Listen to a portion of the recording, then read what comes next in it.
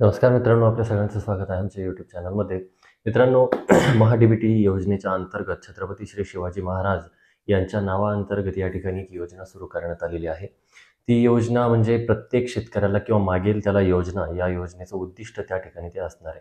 आणि त्या अंतर्गत ज्या शेतकऱ्यांनी अगोदर फॉर्म भरलेले होते किंवा जी योजना अगोदर सुरू होती आणि तिच्या माध्यमातून जे काही फॉर्म या ठिकाणी भरले गेलेले होते, तर त्यांची लॉटरी म्हणजे त्यांची नावं किंवा लाभार्थी यादी लाभार्थी यादी जी काही आहे, तर ती प्रदर्शित करण्यात आलेली आहे. जे काही लाभार्थी असतील त्यांना SMS-च्या माध्यमातून कळवण्यात येणार आहे. तर त्याबाबतचा अपडेट आपण आज जाणून घेणार आहोत. चला तर सुरू करूया.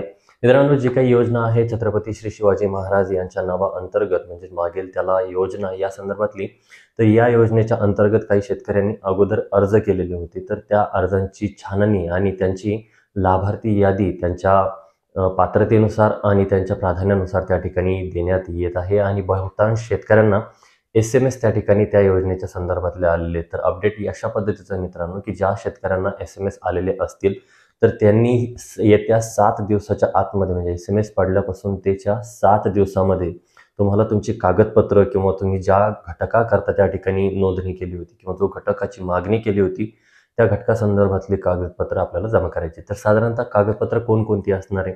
तर सर्वप्रथम आपलं आधार कार्ड असणार आहे. त्या आधार कार्डला लिंक असलेलं बँकेचं पासबुक असणार आहे. त्याचबरोबर तुमचा शेतीचा 8 7-12 अशा पद्धतीच्या गोष्टी तुम्हाला त्या ठिकाणी अपलोड कराव्या लागणार आहेत. त्यानंतर जर तुम्ही त्या योजनेअंतर्गत तुषार सिंचन किंवा ठिबक सिंचन घेतलेलं असेल, तर त्याचबरोबर तुम्हाला त्याची कोटेशन्स जोडायची आहेत.